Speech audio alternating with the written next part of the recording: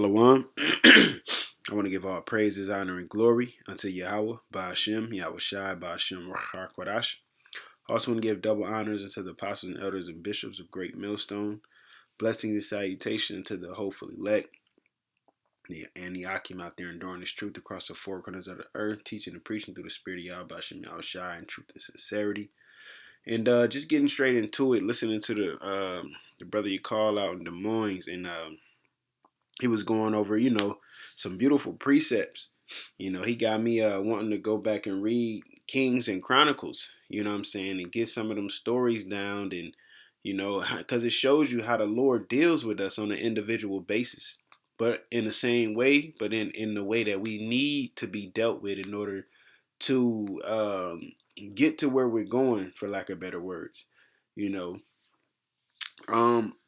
But within this, he's going into Elijah. This is First Kings, the 19th chapter, and I want to play a part that he spoke about in here, and in a beautiful point that he brought out with it, and because we are in those times, man, and that's been on our spirit, man. The brother spirit, the elder brother, the head of the camp, is trying to get the brothers to understand, like, the Lord is putting us through certain things at this point so we can work on overcoming, so we can build our faith, so we can build our confidence, so we can lessen our doubt, and the little things we go through. If we're going to crack now, when the things intensify, how are we going to be passing then, in the sense of passing those tests, so to speak, all right. So let me go ahead and play this clip real quick. Cry out to the Lord, lean upon him. He is our strength. He will strengthen our heart, right? It says, but he himself went a day's journey into the wilderness and came and sat down under a juniper tree, and he requested for himself that he might die, and said, it is enough. Now, O Lord, take away my life, for I am not better than my fathers. And as he lay and slept under a juniper tree, behold, which I would definitely suggest watching the whole video. Beautiful points, beautiful precepts. He already went into this, so he's going back over it. That's why he didn't speak on that part as well. But he was going into how the Lord was dealing with Elijah, and Elijah was requesting for the Lord to take his life because things get overwhelming. So in essence, stay strong and continue to be faithful. All right, when we're going through these troubles and these adversities and this trial of tribulations, an angel touched him and said unto him, arise and eat. And he looked, and behold, there was a cake baking on the coals, and a cruse of water at his head. And he did eat and drink, and laid him down again. And the angel of the Lord came again. Yeah, because things like this, you got to believe that things like this will happen. The Lord will do whatever he wants. I remember there was a brother down in Dallas. He was telling the story of how when he was in a situation and food was provided, but some of the food he didn't eat, but the food that he does eat, it was doubled. So the Lord, and he said he heard it. He heard it like, how like when you drop something, it got a little sound, like when something dropped. Here, I dropped my phone. It was like similar to that. He heard something just drop. So me, through the spirit, I believe anything can happen through the spirit of YAHAWASHI, and in the near future, I hope my actions profess that. You know what I'm saying? But so just thinking about it, it could have just came out of thin air. Boom, while nobody looking, just dropped on there. Doubled up the food that he does eat. So we gotta believe that YAHAWASHI will do these things for us, man, because we coming into some dark times, and you gotta need this light in order to get through it. And this light meaning this knowledge, wisdom, and understanding. All right, the spirit of YAHAWASHI, your faith. Okay, you're gonna have to put on the whole armor of the Most High, man, pursuing the Ephesians, the 6th chapter. Time and touched him and said, arise and eat, because the journey is too great for thee. And when he arose and did eat and drink. So an angel came down and fed him twice, right?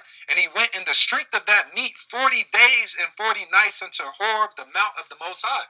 Now, that had to be encouraging, man.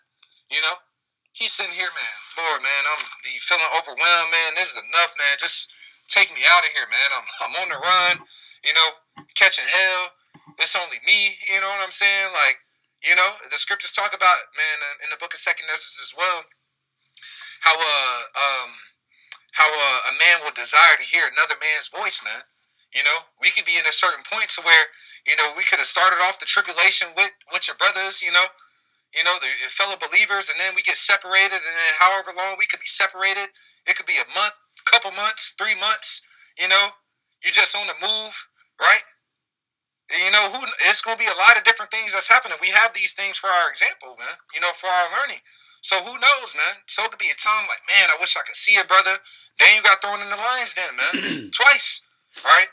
And then one of those instances when you're reading the Bell of the Dragon, the Lord sent Habakkuk, all right, send an angel to get Habakkuk to go to Daniel in the lion's den to go feed him, man. You know how encouraging and comforting that could have been? So in the midst of this distress, the Lord sent an angel down to feed him. I'm sure that had to, comfort him and charge him up, man.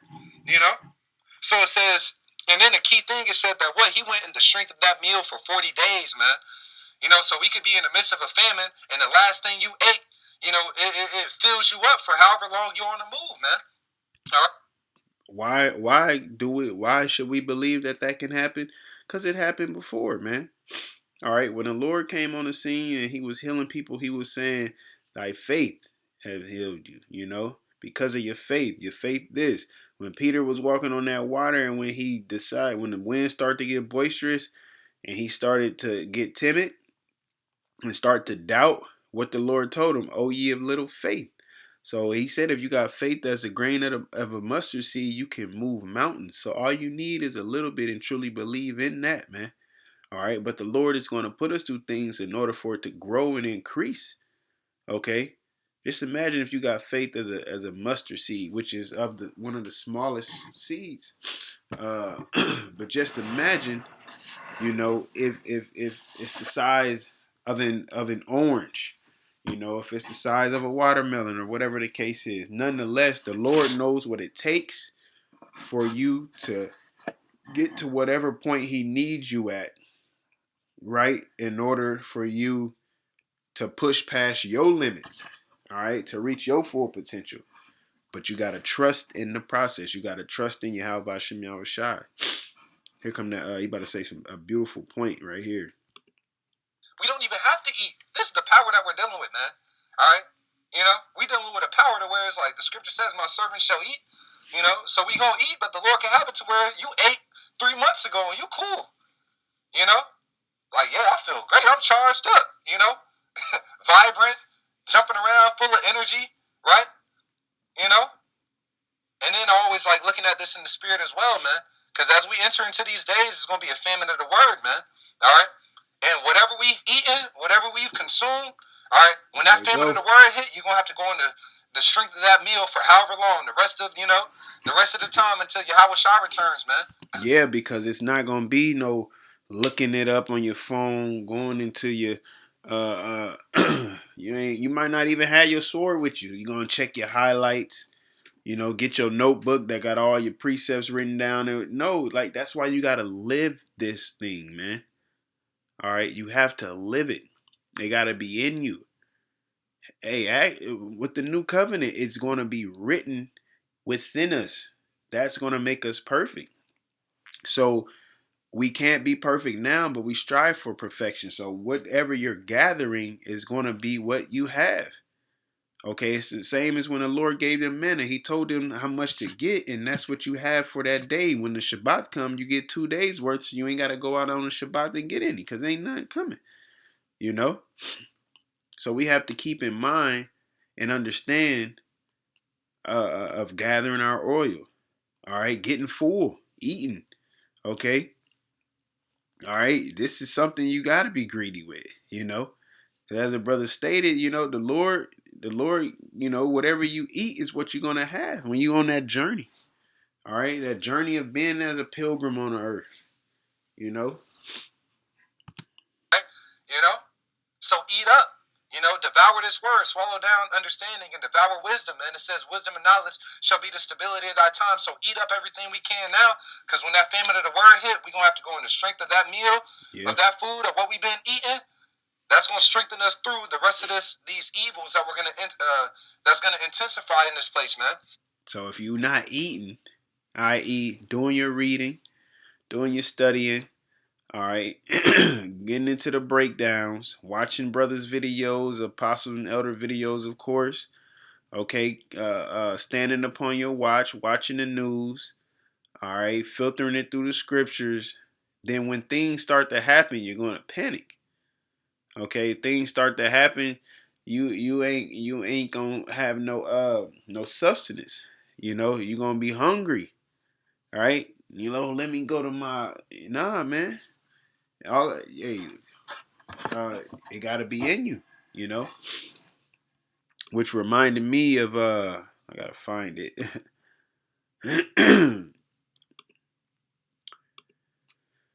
I just get it. It's around here somewhere. But we got Matthew 25, right? Because this is the 10 virgins, okay?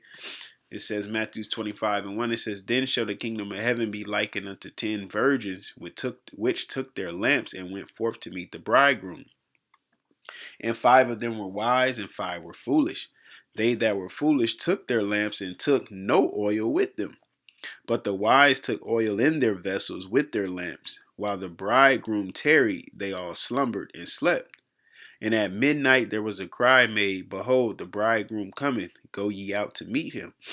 Then all the virgins arose and trimmed their lamps, right? Because that trimming your lamps, it allow it to have a clean smoke, all right, as it's burning, and it also allow it to burn brighter and higher. Okay, and we got to do that within our spirits. We do that by examining ourselves. Examining yourself, see if you be in the faith. Whatever you need work on, go and work on it. What you need to increase in, go increase on it. Whether it's prayer, faith, charity, showing initiative, whatever the case is, go and do that, man. So you can be able to burn brighter. All right. It says, if I'm not mistaken, I believe it also allow you to kind of allow the oil to soak up a little bit better.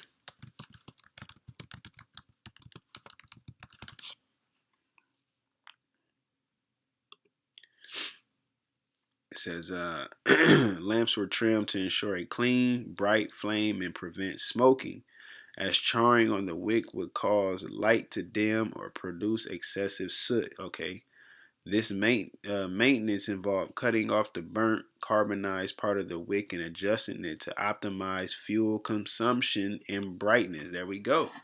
All right, so make sure it's consuming that fuel, man.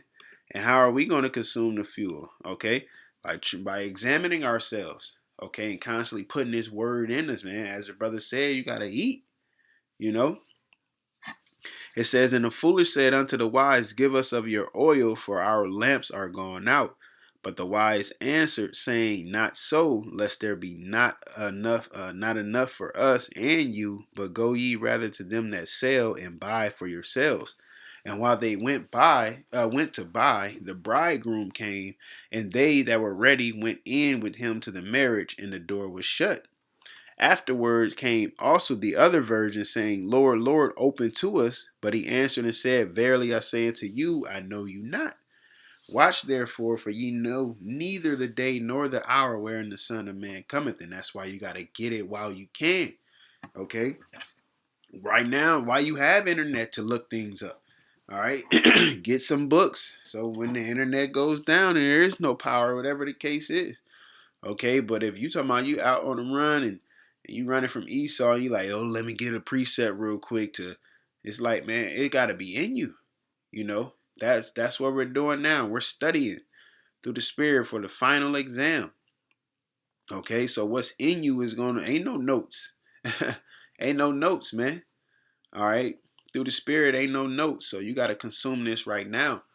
Okay, because it was speaking about the oil. So I had went and looked up, the process of gathering oil. It says in the Bible, oil, primarily olive oil, was gathered by harvesting olives and pressing them, often using a stone press or mortar to extract the liquid. This pressing process happened in stages, with the first press yielding the purest oil for sacred uses, followed by subsequent pressing for medicinal and daily needs. Right, the pressing process. Oils, salakia, olives were crushed using heavy stones, a process frequently referenced in the Bible as a symbol of pressure, such as the Garden of Gethsemane. And that's why I wanted to get this, because you have it to where when you look up Gethsemane, right, it says an oil press. All right, and as we know through the Spirit, what kind of pressure was happening in the Garden of Gethsemane when it came to Yahawashi? Okay, it was time. You know, as he was saying a couple times, my time is not yet come. Well, that time had come. All right, because he was even telling them, hey, I need you to stay up for me. You know, let me see if I can get that.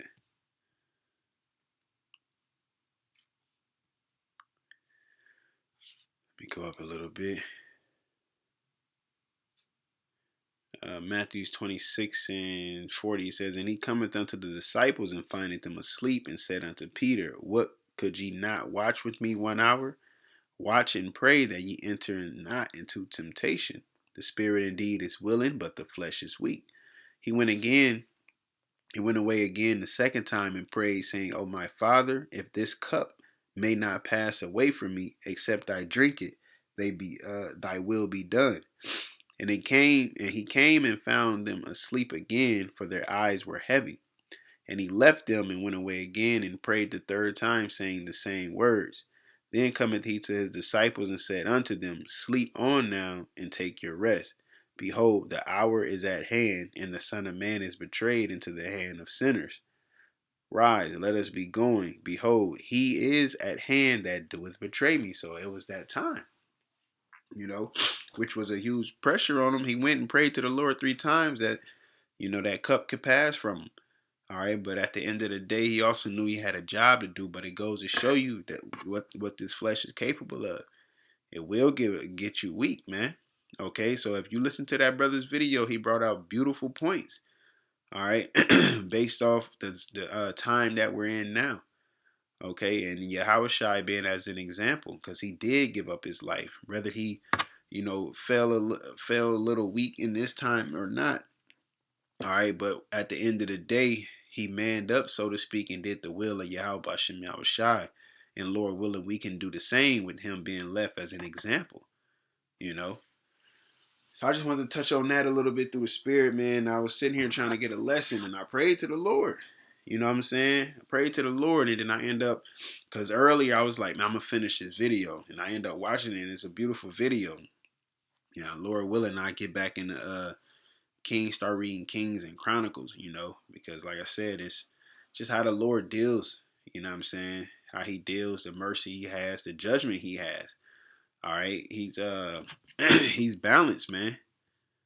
Let's go right here. He's balanced. I'm gonna get this and then I'll go ahead and close it out. Sirach. This is Sirach, chapter 16, verse 11.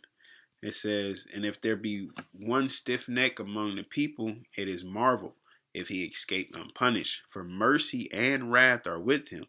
He is mighty to forgive and to pour out displeasure. As his mercy is great, so is his correction also. He judgeth a man according to his works. Call all Yabashim Yahushai, man. And like I always say, we gotta we